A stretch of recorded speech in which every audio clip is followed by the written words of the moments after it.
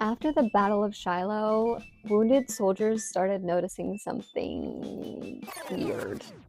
Their wounds were literally glowing in the dark, and the glowing ones were healing faster. And this sounds like a ghost story, right? But science finally figured out why, and it's actually kind of beautiful. Welcome back to Talk Smart to Me. In part one, we talked about the Civil War regarding the Camel Cavalry, Harriet Tubman the spy, and the insane Booth Lincoln train rescue story. But today, we're picking up the Civil War mysteries that sound completely made up until science backed it up. At the Battle of Shiloh, which was one of the bloodiest of the war, some wounded soldiers noticed that the injuries glowed with a faint blue-green light at night. And the soldiers who had glowing wounds, they survived more often and healed faster. And it turns out that it was bioluminescent bacteria from the muddy battlefield called Photohabdus luminescens. The bacteria killed off more dangerous microbes, basically giving the soldiers an accidental antibacterial treatment in 1862. And they nicknamed it the Angel's Glow.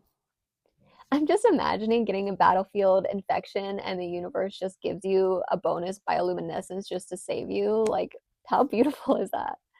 Another fact is that after the war, some Confederates were like, we're not sticking around for this.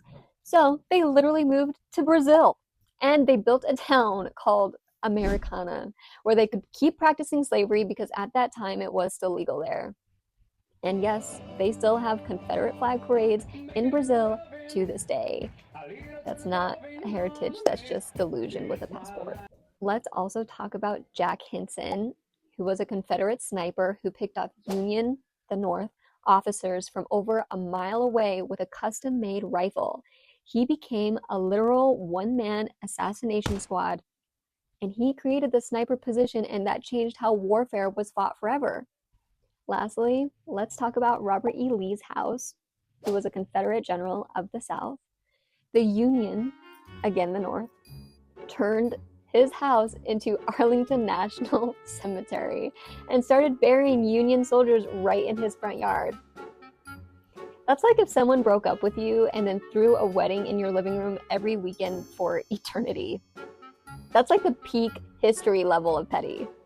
So, to recap, glowing wounds, Confederate expats in Brazil, Civil War sniping, and battlefield bacteria with better bedside manners than half of modern medicine.